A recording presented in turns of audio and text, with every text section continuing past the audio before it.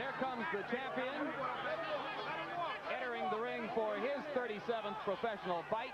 9-0 so far in heavyweight championship fights. A victory tonight would tie him with Joe Frazier for 5th on the all-time list in that category.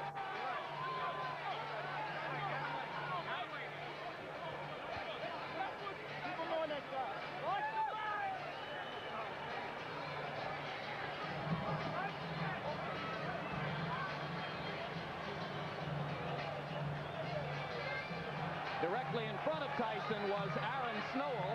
He's now stepped ahead of a security guard. Jay Bright is the man just behind Tyson's shoulders now as he prepares to step up into the ring, whipping the ripped towel off over his head. Of course, the gladiator look remains intact. Black shoes, no socks, black trunks, Mike Tyson. You know, it is a sign of the importance that boxing has to Mike Tyson, that no matter what goes on around him, he's ready to fight. As he has been 36 times with 32 knockouts so far.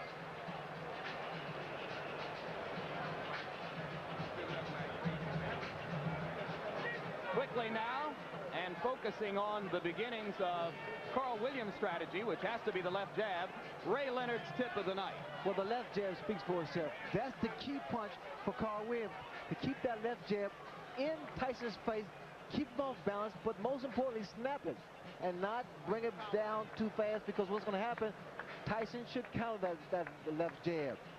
Now, once the fight becomes an inside fight, in fact, I believe that's going to be the case because Tyson's style is getting inside, the right uppercut. That punch may accommodate Tyson's style, but in doing so, Williams better keep both hands up because Tyson throws an onslaught of punches each and every time, each and every opportunity. Now, Jim, this is my favorite combination. I call it the Tyson combo. It's a right hand to the liver section, then to the chin. And most of the times, if Tyson catches his opponents with this particular punch, it's over. Here we see him a good shot of it, right up to the chin. If Williams get against the corner or the ropes, look for this particular combination to take place. With taller opponents, Tyson has a tendency to lunge in because of the height and reach advantage. But here, he may find the same thing with the taller Williams. Tail of the tape, and you can see the big disparity in reach. Carl Williams with a 14-inch advantage there at 219 1/4 for Tyson and 218 for Williams. Both fighters appear to be in superb physical condition. Rules for the bout, combination, and before we look at rules, we'll look at the punch stat computations. Larry Merchant. And here is our statistical profile of the activity of the fighters, which show in the fights that we examined remarkable similarities in the number of punches thrown and landed per round by Tyson Williams. But of course, there are different kinds of punches. Tyson throws the heavier stuff. Williams throws a majority of jabs. And you see the 28 jabs per round Williams threw against Holmes. That is when he looked most effective. Rules for the fight, a combination of WBA and New Jersey rules. Most significant, the 3 knockdown rule. Rarely in effect for championship fights, is in effect tonight. It victimized Carl Williams in his fight against Mike Weaver. Now we go to the ring announcer, Michael Buffer, for pre-fight introduction. Ladies and gentlemen, good evening and welcome to Atlantic City's Convention Hall by way of Donald Trump's Trump Plaza Hotel and Casino on the boardwalk here in Atlantic City, New Jersey. Tonight, Don King Productions and the Trump Plaza present the World Heavyweight Championship. This bout is approved and sanctioned by the New Jersey State Athletic Control Board, Larry Hazard Sr., Commissioner, Deputy Commissioner Lawrence Wallace, and the Chairman is Jerry Gormley. The bout is governed by the rules and regulations of the World Boxing Association, represented by Dr. Elias Cordova and James J. Biggs. It is also sanctioned by the International Boxing Federation, President Robert W. Lee, and the World Boxing Council, President Jose Suleiman. The 3 judges selected by the New Jersey State Athletic Control Board for this bout are Rocky Castellani, Chuck Giampa, and Richard F. Murray. Chief physician at ringside, Dr. Frank B. Doggett. Also in attendance, Dr. Eric Wormser and Dr. Charles Wilson. The timekeeper for the bout is Roosevelt Gilbert, and counting for the knockdown seconds, Steve Smoger. And now, before we get started, I would like to introduce the gentleman in the ring at this time, a man who's responsible for bringing over 20 championship bouts to Atlantic City over the last 2 years. In addition to being the world's most famous entrepreneur, he is a best-selling author and our host this evening, Mr. Donald Trump.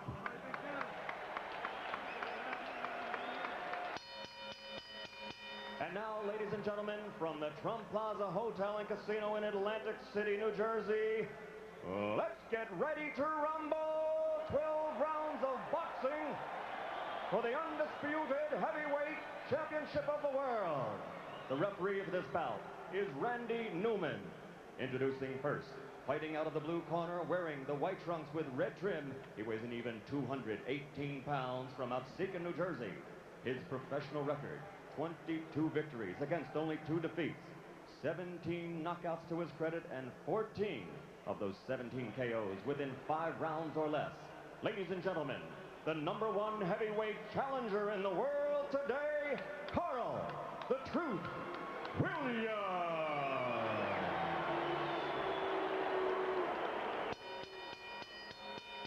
And his opponent, fighting out of the red corner, wearing the solid black trunks and weighing in at 219 1/4 pounds from Catskill, New York. His professional record is unblemished with 36 consecutive victories, 32 knockouts, 28 KOs in 5 rounds or less, and 16 in the first round alone. Ladies and gentlemen, presenting the undisputed, the undefeated heavyweight champion of the world, Iron Mike Tyson.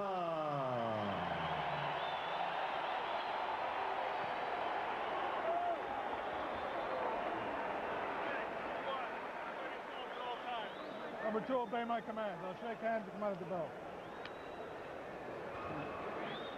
Keep in mind that Mike Williams has a tendency to get hit by left hooks. Carl Williams, excuse me. I can think of better tendencies that a fighter should have who's going out to face Mike Tyson. Indeed, Carl Williams has been floored 7 times in his career. Twice by James Quick Tillis, twice by Jesse Ferguson, 3 times by Mike Weaver, and in every instance, the decisive blow was a left hook. The people in Williams' corner are sincerely worried about what he does in the first 30 seconds against the Tyson onslaught. And it would appear that the strategy to begin with is to hold, and referee Randy Newman says, we're not going to start that way. This is somewhat of a reunion here because both men are just throwing punches.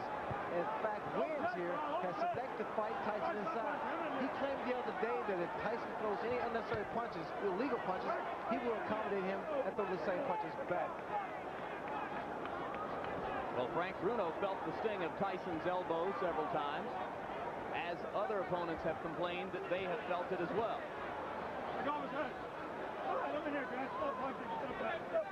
Because Williams' left jab is so strong, that should help him as long as he keeps that right hand up and watch Tyson's left hook, which is a powerful punch. That's it. Let him go.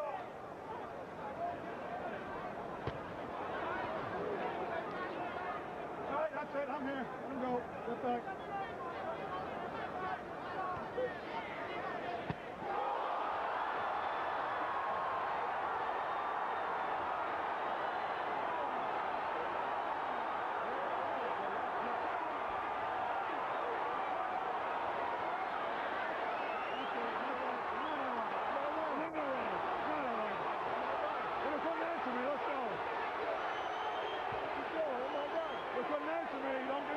Unofficially, I've got this fight being 1 second longer than Tyson Spinks. 1:32 instead of 1:31. It was, as you started to point out, again, Larry, a left hook. Williams was very unhappy at the end of that. Randy Newman, the referee, asked him a question, obviously about how he felt or what his name was or where he was, and apparently he got the wrong answer because he stopped the fight immediately. I didn't see any reason to stop the fight, and I'm curious to see what that answer was, and I'm going into the ring to see if I can find out. Good luck, Larry. 1:33, Larry. It was 2 seconds longer than the Spinks fight. The unofficial demarcation of the knockout comes at 1:33 of the first round. And you can see a disgusted Carl Williams who thinks that he should have been allowed to continue.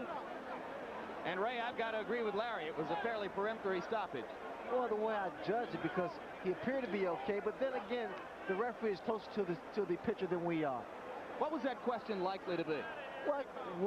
Where are you? What day is this? And here we see the left hook that put Williams down. Williams had dropped that right hand, and I had indicated earlier that the jab will be the key, but in throwing the left jab, he must also keep that right hand up and power. There's that left hook. And you saw Mike pivot upward with both feet planted and turn the hips into the punch. This is where the power comes from. The reason people fear Mike Tyson because he's one of the few, if not the only man, that can knock you out in the heavyweight division with one punch.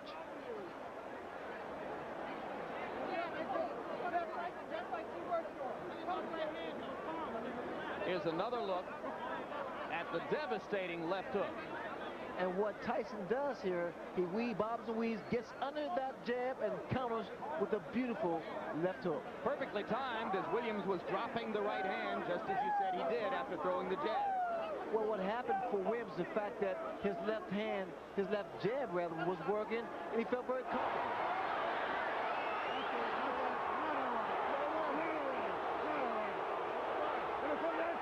That was a look back at the conversation between Randy Newman and Carl Williams, which led to the stoppage.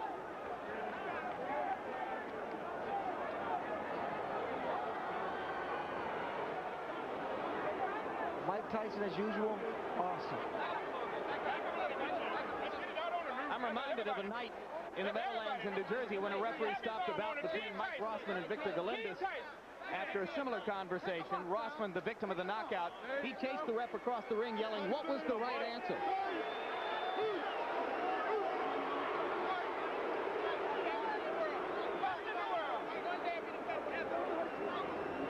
I'm with Randy Newman, the referee of the fight.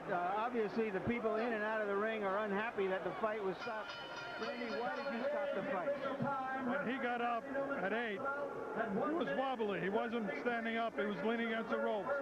I asked him a question, a very simple question. How do you feel? Not for the answer, but to see how he responded.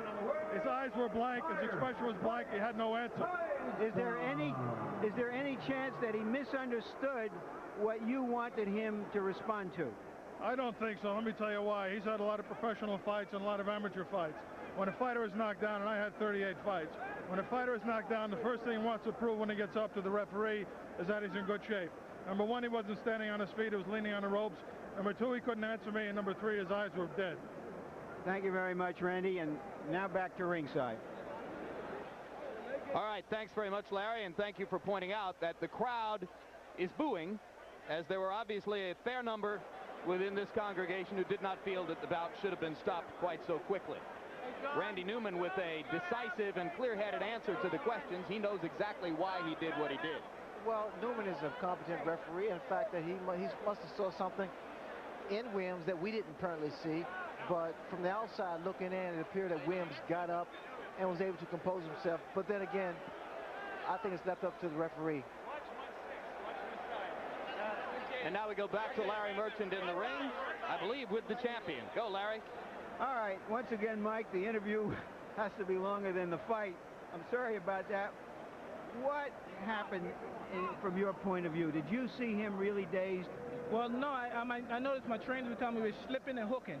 So when we slip, because usually I come in that slip and I get in there, and that's the hardest part, is getting in there, and I never threw the punch. And so we're practicing like a slip. As soon as you're in there, instantaneously, bing, throw the punch. And I did. I was successful. What? Were you surprised that he stayed on top of you as much as he did, that he didn't try to move? Oh, I loved it. I loved it. I just knew it took it just with a matter of time. I loved it. So you knew that as soon as he was doing that you were going to get a clean shot sooner or later. Exactly. And my punches were accurate and pinpoint. And I knew eventually I was going to get him. He has a reputation for getting hit with left hooks. Were you looking for that opening? No, I was very confident. I wanted to hit him, catch him with a good right hand. Believe me, my right hand is my favorite punch, but I never catch anyone with it. You know, it's my best punch, and I always hit guys with left hook. All right, we're going to try to take a look at the where's the monitor? At the monitor, if we can find it, so that we can determine what happened. Champion non-pro. All right.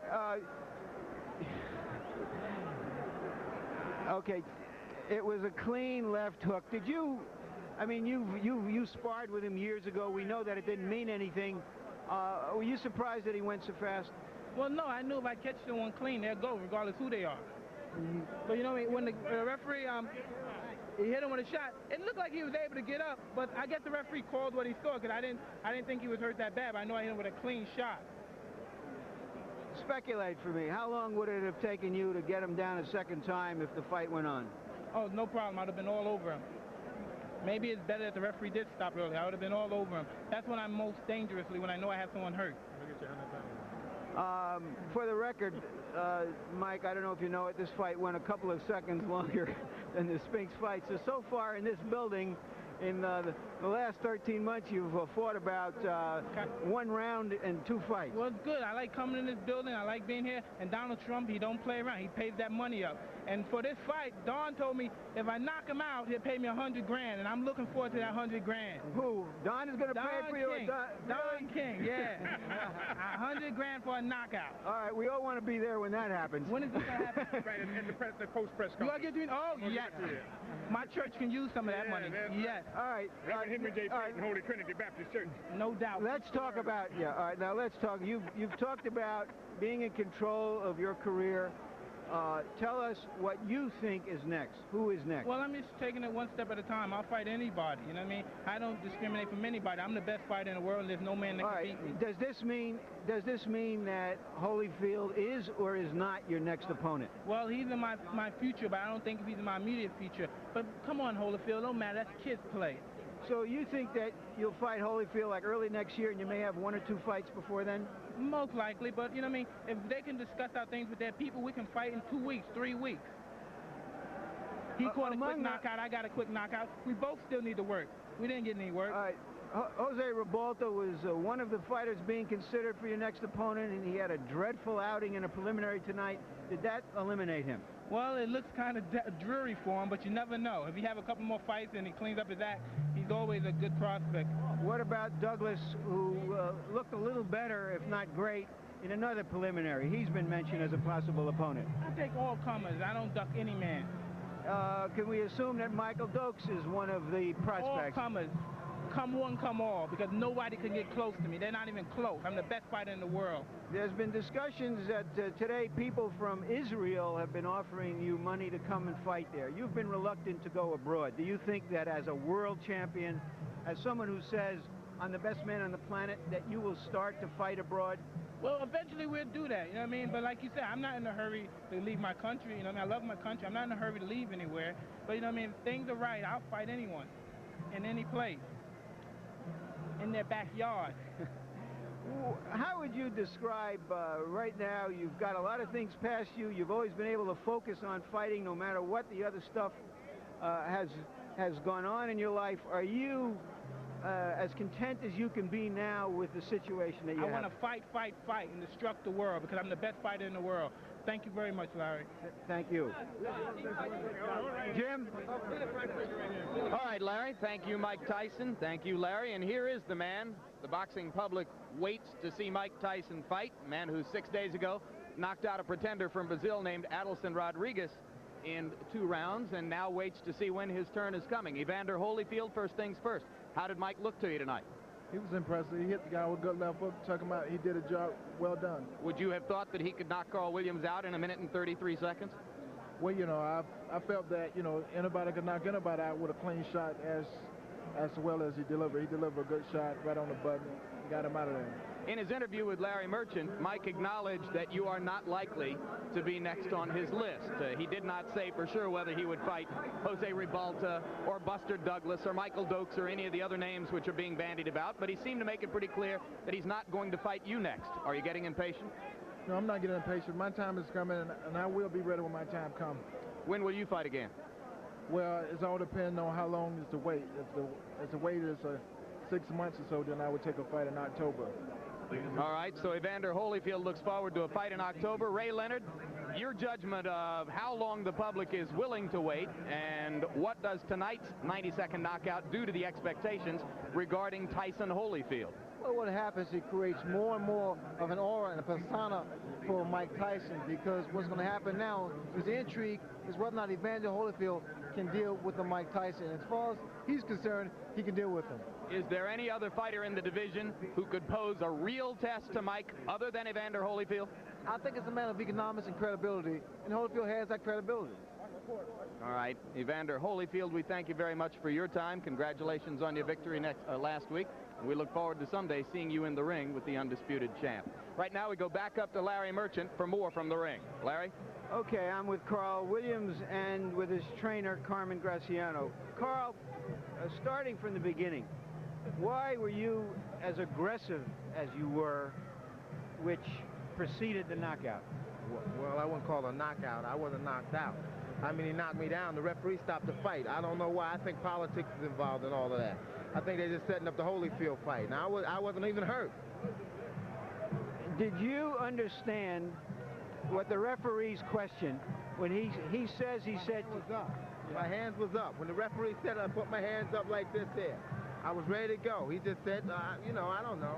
You know, I don't know what the hell happened. All right, you've been knocked down a number of times in your career, and every single time you've gotten up, and in some occasions you've fought better. From your experience, shouldn't you have assured the referee, look, I'm okay, let's go? Well, I think it was an inexperienced referee. This was his first championship fight. When he seen me down the first time, obviously he just said, okay, it's over. I think he said something to the effect of, you all right, are you all right? So I immediately put my hands up, and what happened? He stopped the fight. I don't know what's going on. I know it's political, because I wasn't hurt. I've been down many a times. I've been down 2 or 3 times in a fight and have gotten up and knocked the opponent out. So I know it was political. I'm not even hurt. You know, I feel bad for not even doing anything. I didn't even really, you know, I didn't even get a chance to show my stuff. Talking about showing your stuff, explain to us why you felt it was necessary to go to Mike Tyson. He says that when he saw you coming to him and fighting him that way, he was elated. Well, it wasn't that. It wasn't the fact that I was just coming to him. I didn't feel that I should lay back. You see, with Mike, you have to show Mike that you're not going anywhere. You know what I mean? Okay, he caught me with a good shot. Okay, fine, no problem. I've been caught with good punches before. That's not the problem. And I've been down before. I've been there before. So why did the referee just prematurely stop the fight like that? I've been in that predicament before and have got up and knocked people out and have won. You know? Carl, you've stated your case eloquently. Thank you. Now back to ringside. All right, thank you very much, Larry. A very animated, quite disappointed Carl Williams. Lucid, obviously clear-headed. Any further reflections on the judgment to stop the fight based on having seen Carl there, Ray? Well, again, now he seems to be pretty clear-headed, and he